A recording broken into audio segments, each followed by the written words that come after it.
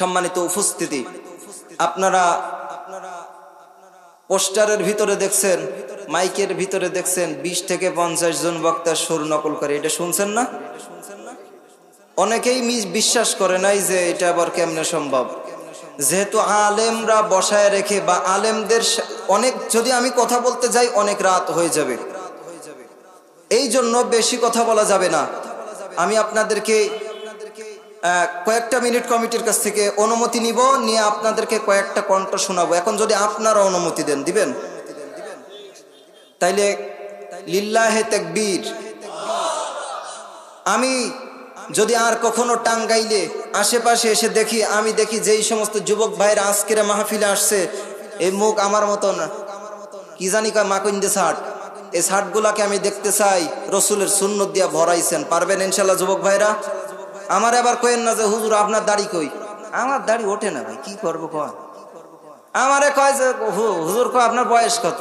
বয়স মাত্র 25। হ্যাঁ, বিয়ে শাদী করছি, মাত্র একটা মেয়ে হয়েছে, 2.5 বছর। এতে কি দাড়ি ওঠে? অনেক যুবক ভাইরা আছে যে দাড়ির জ্বালাই সে একেবারে সে মুখ দেখা যায় না।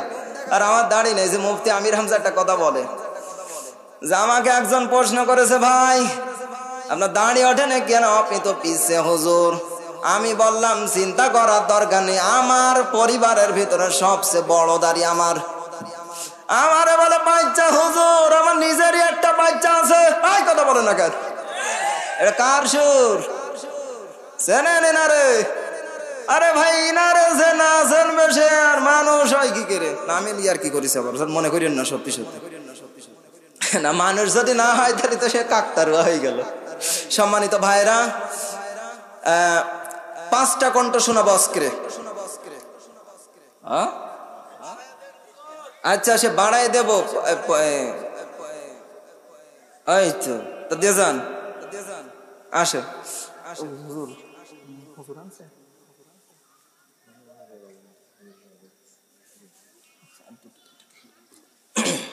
সম্মানিত উপস্থিতি, আসলেই আমাদের অন্য একরকম একটা প্ল্যান আছে, যেটা মাহফিল কমিটি আমার, বিশেষ করে আমাদের হাফেজ সাহেব হুজুর যেহেতু আমাকে আনছে আকর্ষণ হিসেবে, এখন যদি সব ঘুরায় যায় তাহলে এই শ্রোতা উঠে যাবে গা অনেকেই।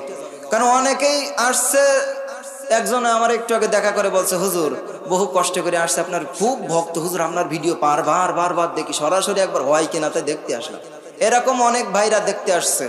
তো আমি আবার অবশ্যই স্টেজে আসবো, তার আগে আমি আর 2-1টা কণ্ঠ আপনাদেরকে শোনাইতে চাচ্ছি। বলেন কার সুর শুনবেন? আপনারা বলেন। আব্দুল খালেক শরীয়তপুরি। আচ্ছা, আমি আব্দুল খালেক শরীয়তপুরি একটু টান দিতেছি। মুসলমান ভাইরা আমার,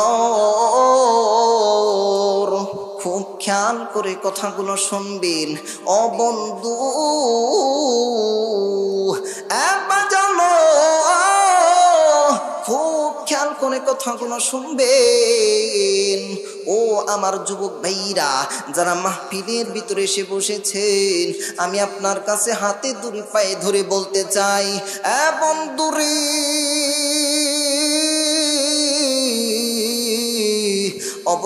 অবশ্যই সুর শুনে শুধু মজা নিবেন তেমনটা হবে না। আমি আপনাদের কাছে দাবি করব, আল্লাহ যেন আমাদের এই মাহফিলটারে কবুল করে নাই। বলেন আল্লাহুম্মা আমিন। এইবার কাটটা শুনবেন, বলেন কোয়াকাটা। আচ্ছা, ওই তো ও পেছনতে আসে, তারপরে আপনার এটা শোনাবো। আজহারি সাহেব হুজুর, তিনি আমাদের বর্তমান দেশে নাই, কিন্তু তিনি আজও পর্যন্ত আমাদের যুবক ভাইদের কলিজা স্পর্শ করে রেখেছে, ঠিক কিনা বলেন? আজহারি সাহেবকে যারা ভালোবাসেন, আমি আজহারি সাহেবের হুজুরের সুর দেওয়ার পরে লিল্লাহে তাকবীর আপনারা একজন দিয়া আমি দেখবো আজহারি সাহেবরে, এই কোরআনের পাখিটাকে কে কত ভালোবাসেন। ও যুবক ভাইরা শোনো শোনো, আজ ধরো আমি বাংলাদেশে নাই, আমি এ দেশ থেকে চলে গিয়েছি, কিন্তু তোমাদের ভালোবাসা আমাকে কাঁদায়, তোমাদের ভালোবাসা আমার 24টা ঘন্টা কাঁদায়। ও যুবক ভাইয়েরা, আমি তোমাদেরকে বলতে চাই, তোমরা আমাকে যেমন ভালোবাসো, আমি তোমাদেরকেও কোরআনের জন্য তেমনটা ভালোবাসি। ও অবশ্যই আমি আজহারি সাহেবের সুরে এই কথাগুলো বলার কারণ হইল এইটা, আজহারি সাহেবের এই কণ্ঠটা আজও অনেক যুবকের অন্তরের খোরাক, এটা আজও অনেক যুবকের অন্তরের খোরাক হয়ে দাঁড়িয়েছে। আজ অনেক যুবকেরা তার কণ্ঠটা শোনার সঙ্গে সঙ্গে থমকে দাঁড়িয়ে যায়। ও যুবক ভাইয়েরা, এই জন্য আলেমদেরকে ভালোবাসতে হবে। শুধু আজহারি নয়, শুধু আমির হামজা নয়, শুধু হাফিজুর রহমান সিদ্দিকী নয়, আর বিশেষ করে আমি আপনাদেরকে জানাতে চাই, শুধু সুর শুনে আনন্দ নিলে হবে না। এই আলেমরা যেই পথে চলে এই পথে চলার দরকার আছে না নাই? এই যুবক ভাইয়েরা যারা এখনো বাজারের ভিতরে ঘোরাফেরা করতেছো, তাদের বাজারটাই আপন হয়ে গেল, এই কোরআনের এই সুন্দর ময়দানটা কি তাদের আপন না? অবশ্যই অবশ্যই আপনাকে কোরআনের পক্ষে আসতে হবে। আর যারা কোরআনের পক্ষে আসবে, এই যুবকেরা যেদিন কোরআনের পক্ষে আসবে, এই বাংলাদেশে কোরআনের রাজ কায়েম থেকে কেউ ফিরাতে পারবে না। এই জন্য যুবক ভাইয়েরা, তোমাদেরকে ঠিক হইতে হবে। তোমরা ঠিক হলে সারা বাংলাদেশে ইসলামের পতাকা পটকর পরে উঠবে। চিল্লায় বলেন ঠিক কিনা?